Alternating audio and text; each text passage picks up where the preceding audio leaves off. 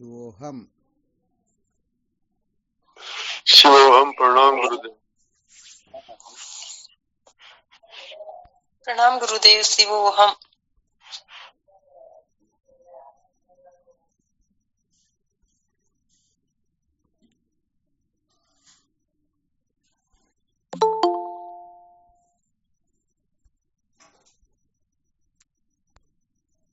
आवाज आ रही क्या?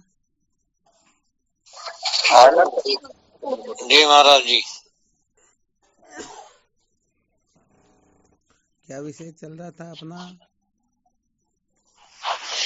को बनाए रखकर कभी भी सत्य का साक्षात्कार नहीं किया जा सकता। संसार को बनाए रखकर कभी भी सत्य का साक्षात्कार नहीं किया जा सकता, ये चल रहा था ना।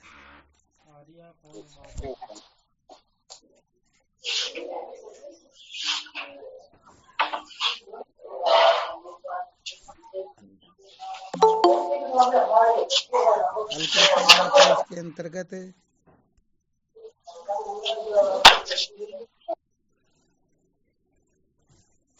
महाराज जी, जब तक हम अपनी बुद्धि को महत्व देते रहेंगे तब तक अनात्मक पदार्थों की पुष्टि होती, परमात्मा तत्व की प्राप्ति नहीं की जा सकती। बहुत बहुत अच्छी बात है। सबसे बड़ा आत्म कल्याण के रास्ते में जो रोड़ा होता है वह केवल और केवल मात्र अपनी बुद्धि का ही होता है। और यहाँ पर बहुत मजेदार बात यदि बताए ना, तो बहुत मजेदार बात यही होती है कि हम कहते यही हैं कि हम हमारी बुद्धि को बिल्कुल भी महत्व नहीं देते हैं और देते हैं पूर्ण रूप से अपनी ही बुद्धि को।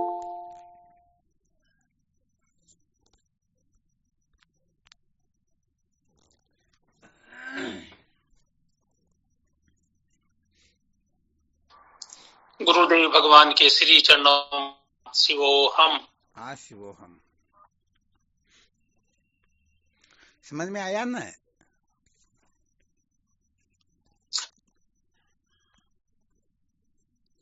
तो फिर क्या करना होगा?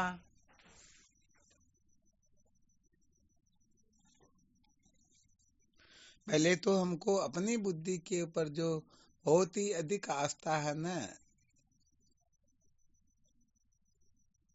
बहुत ही अधिक जो आदर बुद्धि, स्नेह बुद्धि, महत्व बुद्धि, सर्वश्रेष्ठ बनने की बुद्धि, ये सारी की सारी जो कल्पनाएं हैं, इन कल्पनाओं का अच्छी तरह से मंथन करना होगा।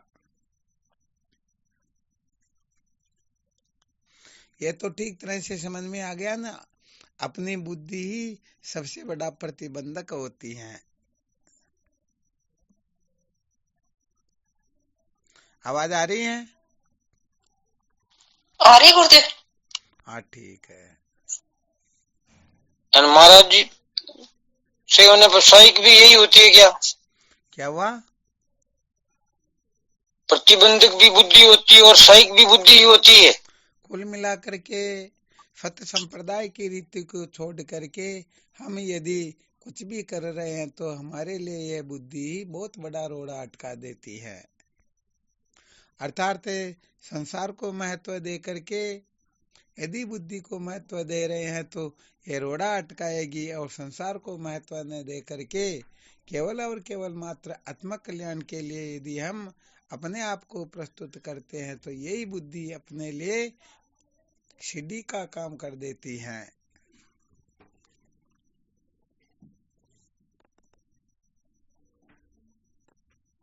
समझ में आया क्या? जी महाराज जी, बिल्कुल आया। बहुत अच्छी बात है।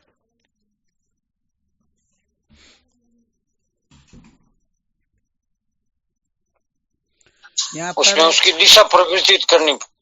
यहाँ पर बात यह है कि हम सत्य का साक्षात्कार अपने मनोनुकूल ढंग से करना चाहते हैं तो यह बुद्धि बहुत ही बड़ा रोड़ा अटका देगी, और श्रुति सम्मत सिद्धांत से ही हम, अर्थात उसको किस प्रकार से प्राप्त किया जाता है, इस प्रकार से करना चाहेंगे तो यह बुद्धि हमारे लिए सहायक हो जाएगी।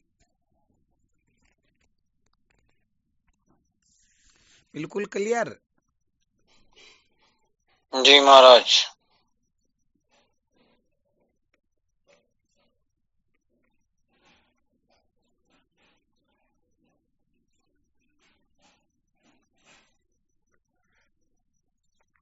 तो या फिर मंथन करके देख लेना होता है हमारी बुद्धि जो है संसार को कितना महत्व देती है, अर्थात संसार के ग्रहण को कितना महत्व देती है और संसार के त्याग को कितना महत्व देती है। तात्पर्य यहाँ पर यह है कि 5-15 मिनट यदि संतों से चर्चा करनी हो, सत्संग में बैठना हो, साधन भजन करना हो तो हम उब जाते हैं और 24 घंटे संसार और संसारियों का संग करते हैं, फिर भी उबते नहीं हैं। गड़बड़ हो रही है ना?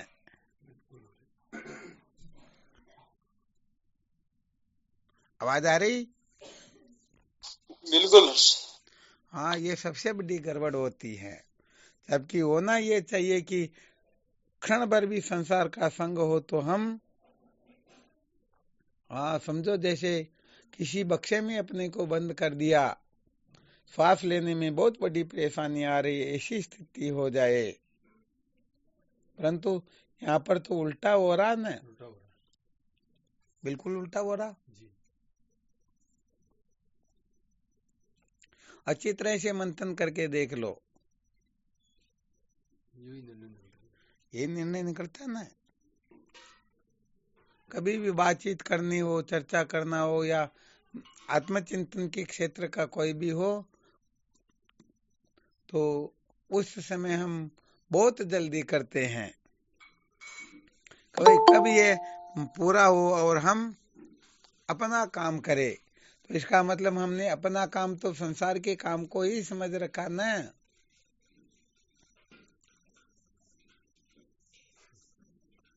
वास्तव में आत्मकल्याण को अपना काम थोड़ी समझ रखा हमने।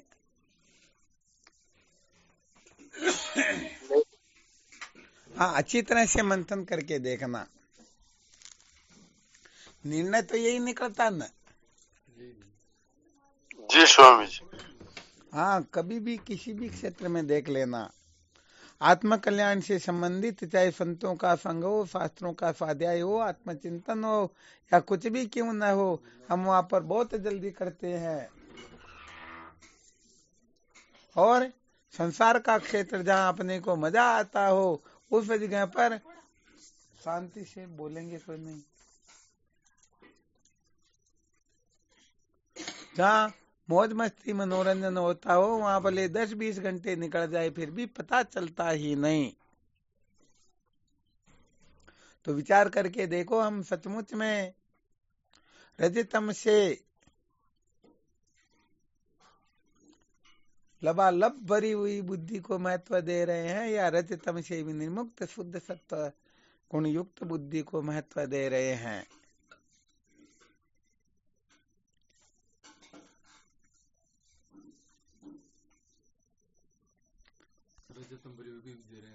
किसको महत्व दे रहे हैं? अच्छा, आप लोगों में से कोई ऐसा हो जो कोई सूरवीर जो संसार का संग प्राप्त होने पर उसे, हाँ कहने का मतलब जिस प्रकार से भी वो दृष्टांत दिया ना,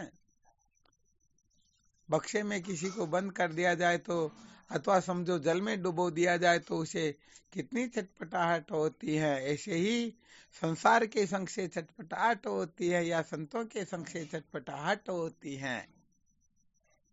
अच्छी तरह से मंथन करके देखना।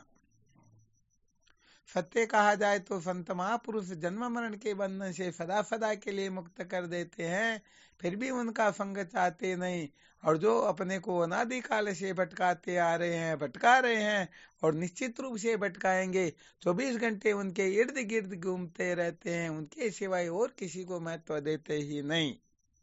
शायद ये समझदारी तो नहीं हो सकती वैसे देखा जाए तो, है ना?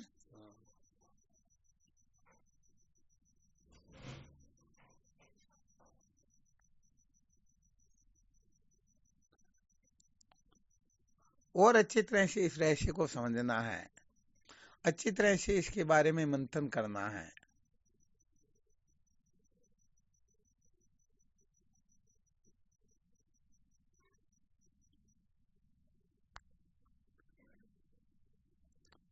किसी को कोई शंका हो तो देख लेना।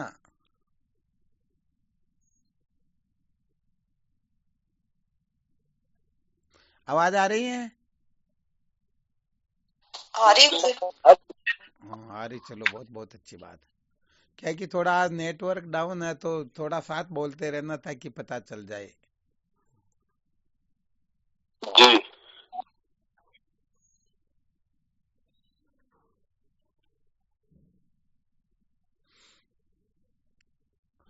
तो ऐसा कोई साधक है क्या जो संसार को देखते ही जैसे जल में डूबे हुए हो और श्वास लेने में कठिनाई आ रही हो, ऐसी छटपटाहट अनुभव होती हो? कोई साधक हो तो अपने माइक को ऑन करे ताकि पता तो चले भाई ये तो सूरवीर इस प्रकार के है ही है।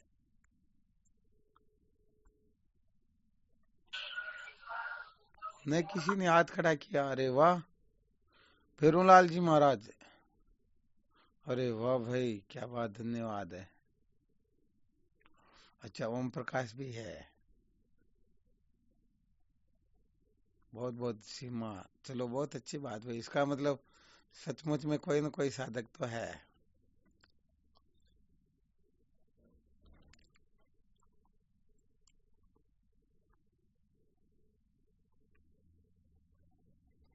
यहाँ पर ये बात अवश्य होती है कि छटपटाहट होती हो, परंतु सचमुच में हमारे में छोड़ने की सामर्थ्य है या नहीं। छटपटाहट तो बहुत सारों को हो सकती है, परंतु साथ में छोड़ने की सामर्थ्य भी हो। कोई चाहता तो ये है कि मैं फलानी वस्तु खरीद कर लाऊं, परंतु पैसे ही नहीं है, तो छटपटाहट के साथ में छोड़ने की भी सामर्थ्य है क्या किसी में?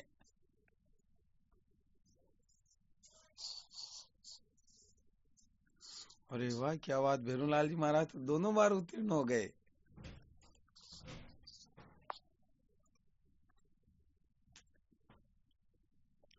चलो बहुत बहुत धन्यवाद।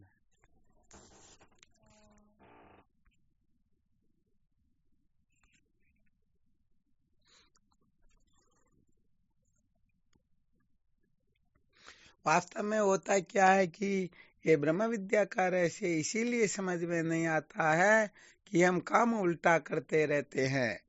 चाहते तो हैं ब्रह्म विद्या, परंतु ब्रह्मवेता महात्माओं का संग ही नहीं करना चाहते हैं। जबकि मन से वाणी से शरीर से एक क्षण के लिए भी यदि शरीर से नहीं हो सकता हो तो वाणी से न हो सकता हो तो मन से तो नित्य निरंतर उनका ही संग बना रहे। अरे कोई डॉक्टर बनना चाहे और डॉक्टरों का संग ही ना करे, वकालत सीखना चाहे और वकीलों का संग ना करे, बताओ वकील बन सकता है क्या? नहीं बन सकता गुरुदेव। हाँ कभी नहीं बन सकता। इसलिए सचमुच में अपने को इस प्रकार से तैयार करना चाहिए कि हम इसी जीवन में अमृत तत्व का अनुभव कर सके।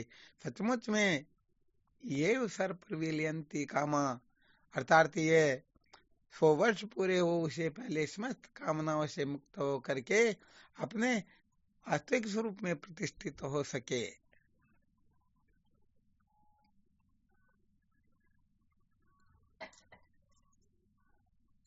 ठीक है ना?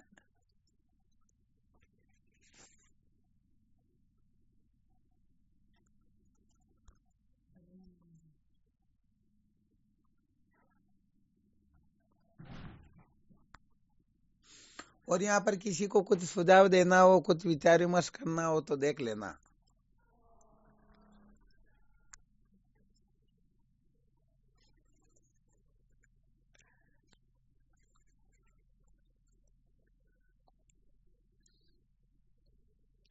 वैसे देखा जाए तो यहाँ बहुत सारे सूत्र निकलेंगे।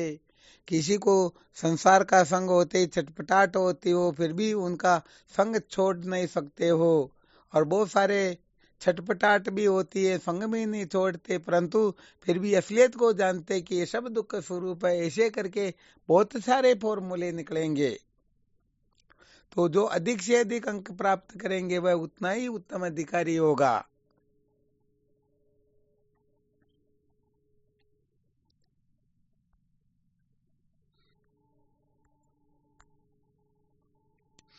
वरना ये तो बिल्कुल क्लियर न, हम सत्संग का, संतों का, शास्त्रों का, ब्रह्म विचार का या आत्म कल्याण के निमित्त कुछ भी क्रिया चेष्टा करनी हो तो बहुत कम कर पाते हो। संसार के लोगों का जो संग है वो सदा सर्वदा बना ही रहता है, उन्हीं के इर्द गिर्द घूमते ही रहते हैं। और यदि छोड़ने का मौका आ जाए तो उनको नहीं छोड़ेंगे। जिनको पकड़ना हो उनको पकड़ नहीं सकते, जिनको छोड़ना हो उसको छोड़ नहीं सकते हैं। तो ये आत्म कल्याण की जो भावना होती है वह तो बहुत अच्छी है, परंतु ये अपने को अविद्या के बंधन से मुक्त नहीं कर सकती है, क्योंकि उसके साथ में सामर्थ्य भी तो चाहिए ना।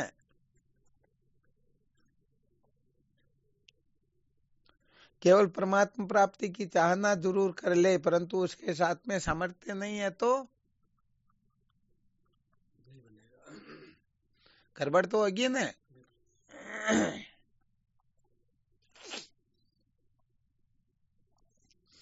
तो भाई सच्ची बात कहे तो ये बुद्धि के कारण ही ये जीव अनादिकाल से भटक रहा है, और अब समझदारी से काम नहीं लिया तो जो अनादिकाल से हम करते आ रहे आगे भी करते रहेंगे।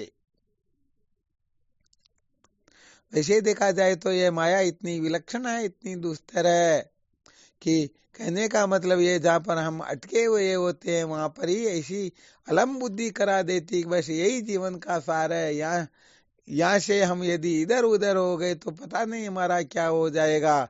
कुल मिला करके वो बंधन को बंधन समझते ही नहीं, बंधन में भी सुख ढूंढने लगते हैं। ढूंढने लगते हैं या नहीं लगते हैं? जी गुरुदेव। हाँ बिल्कुल सत्य बात। किसी का 1 लाख रुपया खो जाए तो कितना दुख होता है उसको, परंतु उसी समय यदि कोई सर्प उसको काटने के लिए दौड़ता हुआ आ रहा तो बचना चाहेगा या नहीं चाहेगा? जरूर बचेगा। तो इसका मतलब वो जीवित रहने में भी तो सुख का अनुभव कर रहा ना। हाँ, ये अवश्य उसको पता नहीं कि जीवित क्यों रहना चाहिए, जीवन का प्रयोजन क्या है, इसको भले ही वह न समझता हो, परंतु फिर भी जीना तो चाहता न।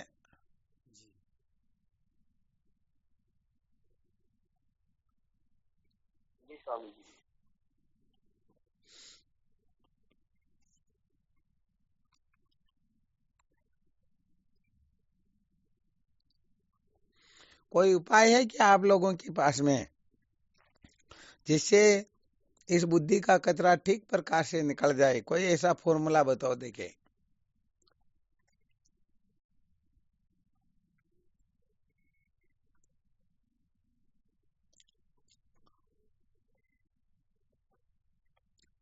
अपनी बुद्धि पर अपन बहुत ज्यादा इतराते हैं ना, क्या करें कि अपने को पता चल जाए कि सचमुच में हम अपनी बुद्धि में कोई विशेषता है ही नहीं। क्योंकि किसी को श्रेष्ठ समझेंगे तभी तो उनकी शरण में जाएंगे, तभी तो उनका सानिध्य करने की इच्छा होगी। और यदि श्रेष्ठ नहीं समझते हो तो हाँ, फिर तो फॉर्मेलिटी होती केवल मात्र। कोई ऐसा सूत्र बताओ देखे।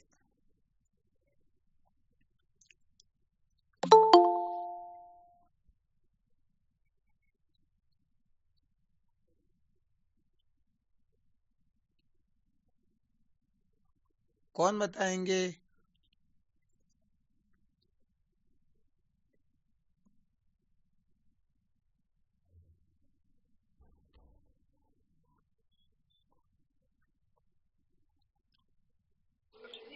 स्वामी जी, व्यर्थ के शब्दों को बुद्धि ग्रहण नहीं करती। ये व्यर्थ के शब्दों को यदि बुद्धि ग्रहण न करे तब तो समझना चाहिए बुद्धि शुद्ध सत्व से संपन्न होने लग गई है।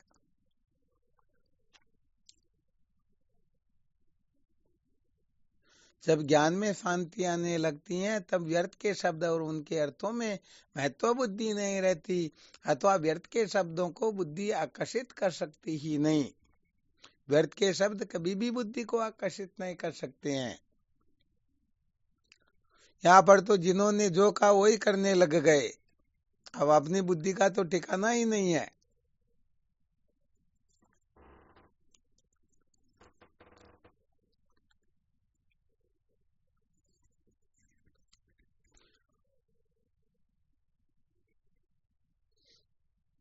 अच्छा, विचार करके देखो, ये व्यर्थ के शब्द अपने को आकर्षित करते हैं या नहीं करते हैं?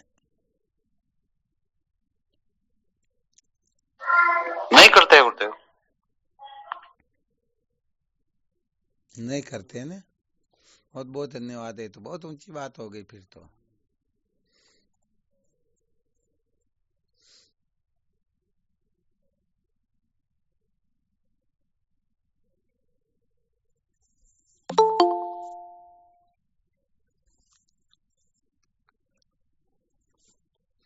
कैसे पता चलेगा इसका?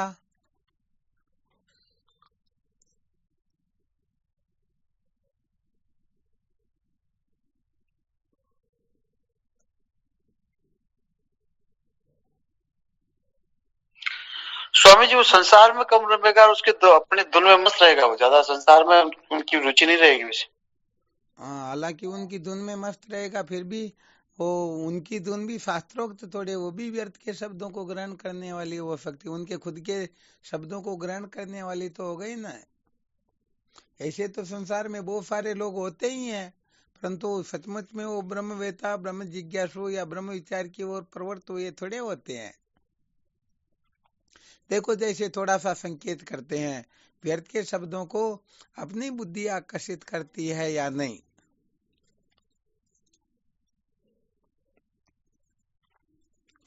समझो जैसे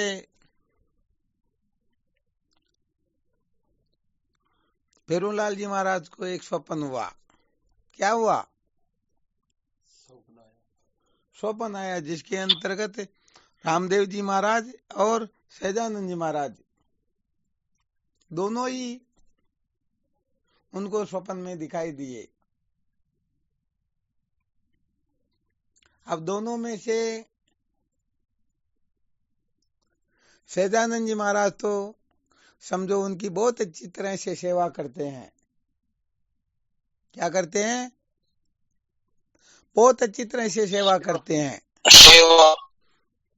और रामदेव जी महाराज जो, वो कहने का मतलब उनके पास में कुछ था ही नहीं, इसलिए उन्होंने सेवा करना तो बहुत दूर कुछ पहुंचा ही नहीं। अब जगने के बाद में कभी इनको रामदेव जी से मिलना हुआ, कभी सहजानंद जी से मिलना हुआ, तो सहजानंद जी को कहा, भाई मेरे को जो स्वप्न आया उस स्वप्न के अंतर्गत आपने मेरी बहुत बड़ी सेवा की, वास्तव में आप तो सचमुच में बहुत बड़े दयालु, आदि आदि आदि, ऐसी इस प्रकार की बातें कही। और इनको सुन करके वो पागल हो जाते हैं, अरे मैं तो बहुत बड़ा धर्मात्मा या बहुत बड़ा ऐसा वैसा हूँ। तो व्यर्थ के शब्द बुद्धि को आकर्षित कर रहे हैं ना। अरे बात तो सपने की है ना। और रामदेव जी मिले और उनको कहे, अरे तुम तो समझते ही नहीं हो, हम तो आपके लिए इतना इतना करते और आपने पानी के लिए भी नहीं पूछा। ये सुनते ही रामदेव जी महाराज का मुख मलिन हो जाए। इसका मतलब ये सपने में जी रहे या जागृत में जी रहे हैं? अरे जागृत के अंतर्गत ऐसी बात ही नहीं है।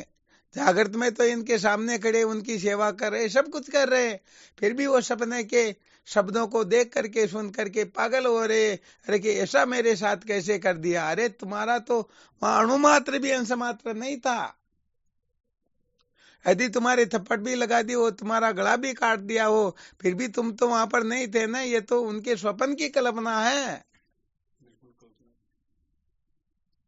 समझ में आ रहा है क्या?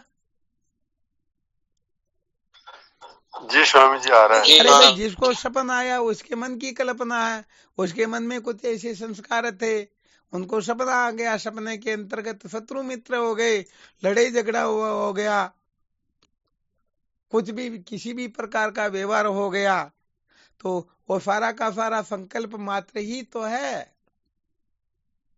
जी। अब उनके संकल्प मात्र को देख करके हम मरने मारने पर उतर हो जाए, अरे मेरे लिए ऐसे कैसे कह दिया, मेरे को थप्पड़ कैसे लगा दी, मेरे को धक्का मुक्की कैसे लगा दिया, या समझो मेरे साथ शादी कैसे कर ली। अरे भले मानो शादी कहाँ करे, तुम तो जूं के त्यों हो ना, तुम्हारा तो स्पर्श ही नहीं किया, पता नहीं तुम कितने दूर बैठे, ये कितने दूर बैठे हैं। अब इनको सपना आया, सपने में कुछ व्यवहार हुआ और तुम रोने लगो, चिल्लाने लगो, ये पागलपना है या समझदारी? पागलपन नहीं है ना। इसे ही कहते हैं व्यर्थ के शब्द। जी महाराज। हाँ, व्यर्थ के शब्द बुद्धि को आकर्षित कर रहे हैं। इसका मतलब अपनी बुद्धि जो है संसार की ओर जा रही है, अनात्म पदार्थों को महत्व दे रही है। यहाँ पर ऐसा समझना चाहिए कि हम अभी तक शरीर तो क्या, शरीर की छाया से भी विरक्त नहीं हुए हैं, क्योंकि छाया का अपमान भी हम अपना अपमान समझ रहे हैं, जबकि अपना अपमान भी कोई औचित्य नहीं रखता है। बड़ी गड़बड़ हो रही ना, सारी गड़बड़ हो रही ना। अरे भाई, छाया यदि पानी में गिर जाए, अग्नि में गिर जाए, या उस पर कोई पैर रख करके चला जाए तो पागल हो जाएगी, मेरे ऊपर पैर कैसे रख दिया। अरे सच्ची बात कहे तो ये छाया तुम नहीं हो, तुम्हारी नहीं है, ये तो शरीर की है। जैसे शरीर की छाया होती है, वैसे ही ये शरीर भी एक प्रकार की छाया ही है। अच्छी तरह से मंथन करना। छाया का कोई अपमान कर दे या मान कर दे तो सचमुच में अपना कुछ बनता बिगड़ता है क्या? अरे छाया के मुख में 10-20 गुलाब जामुन एक साथ ठोंस दो, क्या जिसकी छाया उसकी भूख मिटेगी क्या? नहीं जी, नहीं मिटती ना। तो यहाँ पर हम छाया के पीछे भी इतने पागल हो रहे हैं, इसे सिद्ध होता है कि छाया में इतनी ममता आ सकती है, तो शायद ये छाया जिसकी है उसमें कितनी महत्व बुद्धि हमारी बैठी हुई होगी। जबकि सत्य बात तो यह है कि वो शरीर जो है वह छाया जिस शरीर की है, वह शरीर भी एक प्रकार की छाया ही है। उसके मान अपमान से भी अपना कुछ बनता बिगड़ता नहीं है। उनके ग्रहण त्याग से, उनके सुखी दुखी होने से, उनके स्वस्थ अस्वस्थ होने से और उनके साथ शादी ब्याह करने से भी उनका कुछ बनता बिगड़ता नहीं है। तो शायद आप लोगों की ये अच्छी तरह से समझ में आ गया होगा कि हम जो है व्यर्थ के शब्द और उनके अर्थों में बहुत ज्यादा आकर्षित होते हैं, बहुत ज्यादा आसक्त होते हैं, बहुत ज्यादा प्रवृत्त हुए रहते हैं, इसीलिए ब्रह्म विचार कर ही नहीं पाते हैं। तो यहाँ पर यदि कोई शरीर को महत्व दे करके बैठा है, इंद्रियों को महत्व दे करके बैठा है, प्राण को महत्व देकर बैठा है, मन को देकर बैठा है, बुद्धि को देकर बैठा हुआ है, तो छाया से ही प्रेम कर रहा, छाया के पीछे ही भाग रहा है, छाया को देख करके ही पागल हो रहा, उसी को देख करके इतरा रहा। हे ना समझ लोग, क्या ब्रह्म विचार कर पाएंगे क्या? अरे पता नहीं है कितने कल्पांतर का कचरा दिमाग से निकलता ही नहीं, और ये जब तक दिमाग से नहीं निकलेगा तब तक सचमुच में हम ब्रह्म विचार के योग्य होंगे ही नहीं। तो जीवन तो ऐसे ही चला जाएगा ना जी। हाँ, इसलिए सचमुच में सत्य कहे तो बहुत अधिक समझना होता है। अच्छी तरह से जो साधक समझेंगे उनका जीवन धन्य हो जाएगा। तो ये निश्चय कर लेता मैं सच्चिदानंद अद्वितीय ब्रह्म हूँ, उसका न जागृत के, न स्वप्न के, न सुसुप्ति के देश से अवस्थाओं से किंचित मात्र भी कोई संबंध रहता है। तो देख लेना भाई, सत्य कहे तो बातें तो हम आकाश पाताल की बहुत करते हैं, परंतु देह के पीछे भी बहुत अधिक बावड़े हुए रहते हैं। हम अपने आप को मैं पुरुष हूँ ये कब दिमाग से निकलती ही नहीं, मैं स्त्री हूँ ये दिमाग से निकलती ही नहीं। 24 घंटे पता नहीं किस चक्कर में, किस कचरे में पड़े रहते हैं, पता नहीं क्या करना चाहते हैं। तो जो ब्रह्म बोध के जो साधक होते हैं ना, ब्रह्म जिज्ञासु जो होते हैं ना, वो बड़े विलक्षण होते हैं। वो इनकी परवाह ही नहीं करते हैं।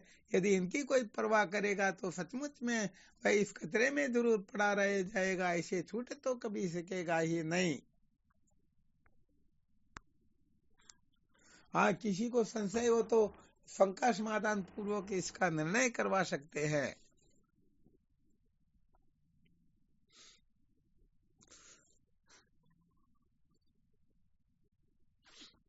वास्तव में हम छाया में बहुत ज्यादा अटके हुए हैं।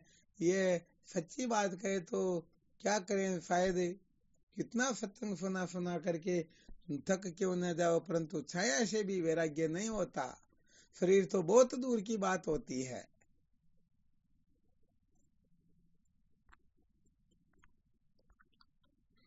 अब पता नहीं साधक कहाँ जा रहे, किधर जा रहे, क्या करना चाहते हैं। संसार को बनाए रखने का आग्रह शायद संसारी पुरुषों में जितना नहीं होता होगा, उतना साधक बनने के बाद में हो जाता है। कर क्या रहे हैं पता नहीं, बड़ा विलक्षण रहस्य ही है।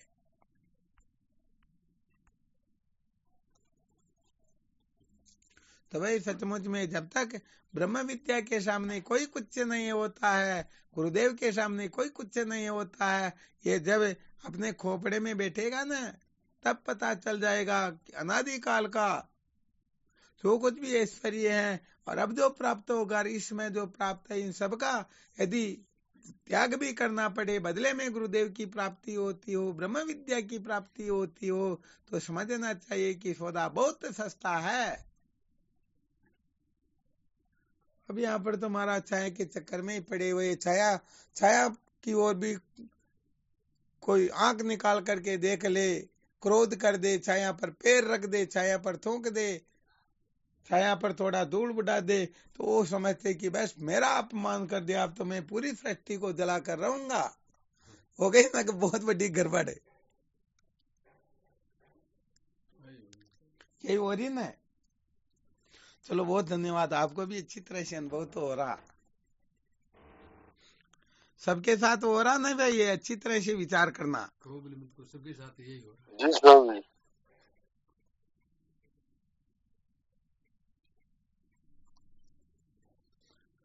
तो हम तो चाहते हैं कि देश से वैराग्य हो, देश से ऊपर उठे, देह में अमत्व ममत्व किसी प्रकार का रहे ही नहीं। परंतु जब छाया के पीछे भी साधक जब बहुत ज्यादा पागल होकर के भटकते हुए दिखाई देते हैं, तब पता चलता है कि सचमुच में ये अनादिकाल का जो बंधन है सचमुच में है ही नहीं, परंतु कितना खतरनाक कुटस्थ हो रहा है कि किसी के बाप से छुड़ाए भी नहीं छूटता। वो घाटे ऐसी गुड़ी हुई है कि करोड़ करोड़ कोशिश कर लो फिर भी ये छूटते ही नहीं है।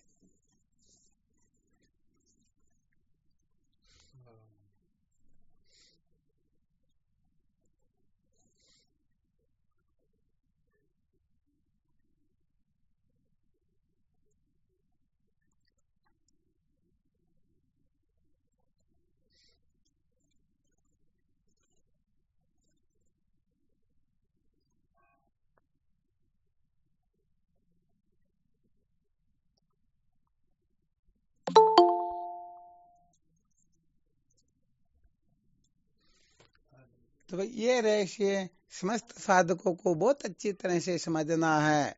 इस प्रकार से ब्रह्मा जी ने विरोचन व इंद्र दोनों को उपदेश दिया, उस समय इन दोनों ने छाया पुरुष को ही ग्रहण किया।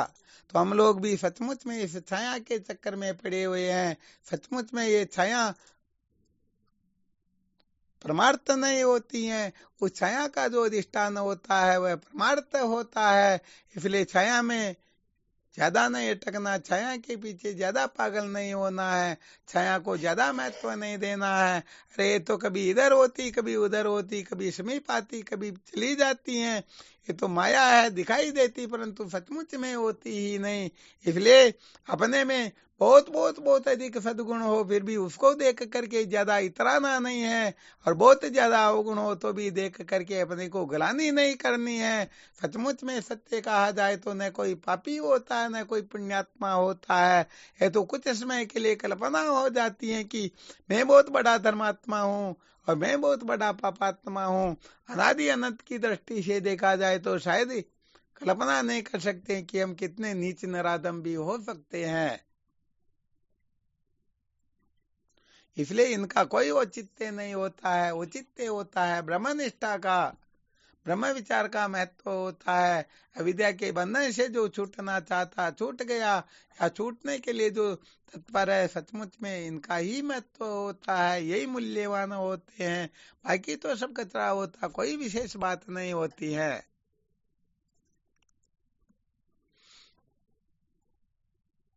कोई संशय?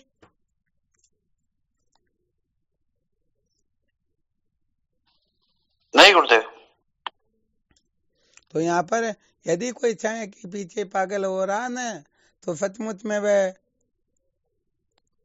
अपनी बुद्धि को 100 नहीं, लाख नहीं, करोड़ % महत्व दे रहा है, ऐसा समझ लेना। यहाँ पर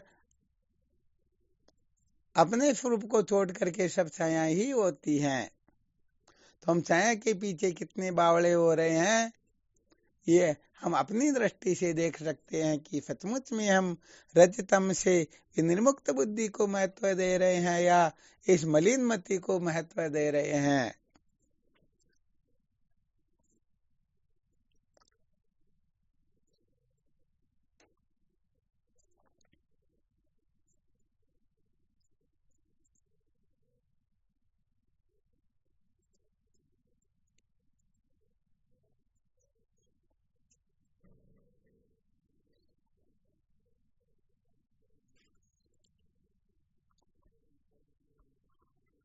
इतनी सत्संग सुनने के बाद में तो कोई शंका उठनी चाहिए किसी साधक को।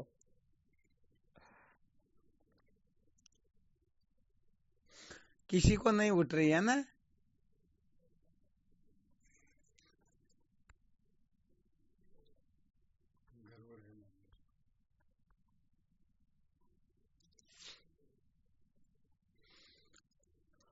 वह तो कम से कम और ज्यादा न हो तो भी अपनी मति के ऊपर सचमुच में ज्यादा इतराना मत, ज्यादा विश्वास मत करना। सचमुच में ये अनादिकाल से अपने को भटका रही है।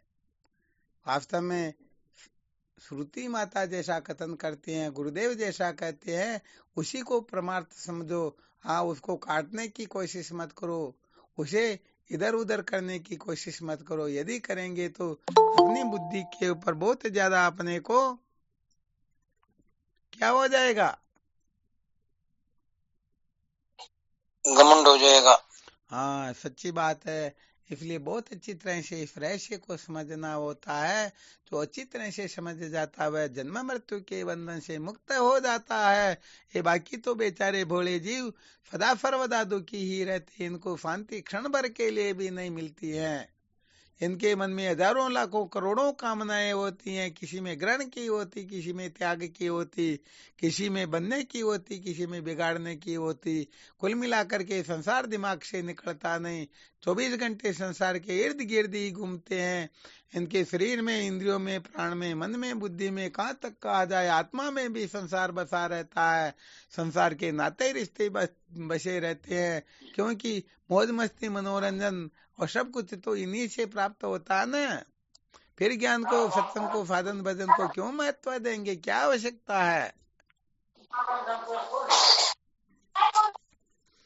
तो चलो ठीक, इसके ऊपर अच्छी तरह से मंथन करना। और आज जो सुनाया विशेष रहस्य, छाया के चक्कर में ज्यादा मत पड़ना। जो छाया के चक्कर में पड़ेगा वही अज्ञानी महामूर्ख होगा, और जो छाया के अधिष्ठान की ओर प्रवृत्त होगा, समझो सचमुच में वह विद्या के बंधन से मुक्त होना चाहता है। वरना फालतू परेशान मत होना या दिमाग खराब मत कर लेना कि हम सचमुच में विद्या के बंधन से छूटना चाहते हैं। अरे छूटना नहीं चाहते, बल्कि ये विद्या को और बहुत ज्यादा पुष्ट करना चाहते हैं।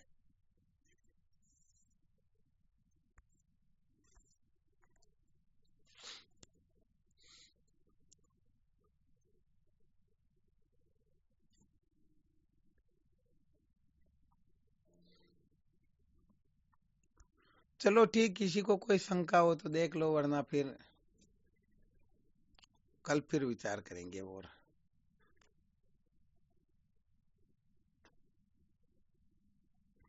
कुछ साधक अभी बहुत लेट जुड़े, जबकि सत्संग 8 बजे से शुरू हो जाती। सबको सदा सर्वदा ध्यान रखना, क्योंकि कुछ ऐसे सूत्र छूट जाते हैं जो फिर लाखों करोड़ों खर्च करके भी हम ऐसे सूत्रों को समझ नहीं पाएंगे, सुन भी नहीं पाएंगे। धारण करना तो बहुत दूर। इसलिए उत्तम साधकों का यही कर्तव्य होता है कि सुनते ही तत्क्षण अपने जीवन में धारण कर ले, जीवन में प्रतिष्ठित कर ले। वरना बहुत सारे ऐसे सूत्र जो सुन करके सब रह गए, हम पता नहीं वहां के वहीं पर है। इसलिए ये गड़बड़ अपने को नहीं करनी है। सचमुच में जिससे विद्या के बंधन से छुटकारा मिलता हो, ऐसी वाणी को इतना महत्व दे कि उसे तुरंत हृदयंगम कर ले, क्षण पर भी विचार नहीं करे कि क्या होगा या क्या नहीं होगा।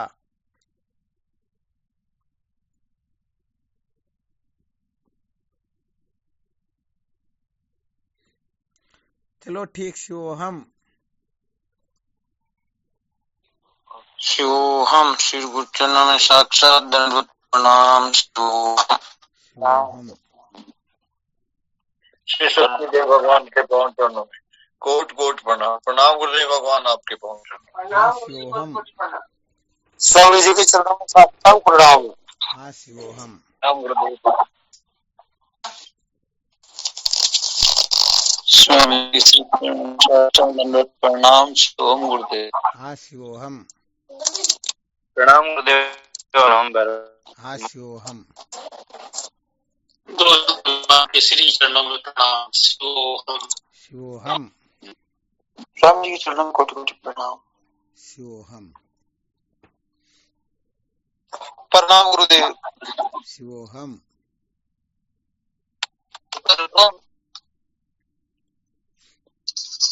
गुरुदेव के चरणों दंडवत प्रणाम। शिवोहम दाता। हाँ शिवोहम। प्रणाम गुरुदेव। शिवोहम।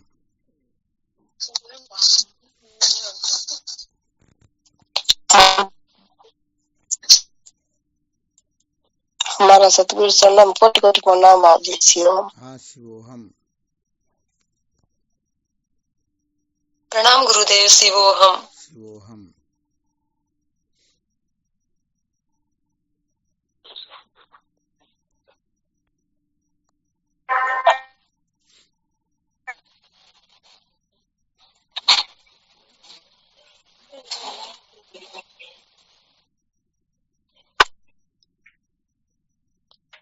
चलो ठीक, शिवोहम।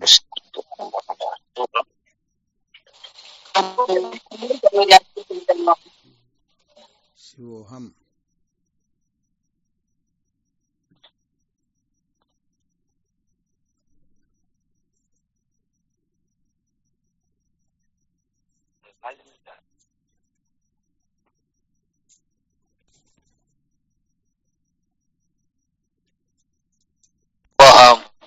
हाँ शिवोहम।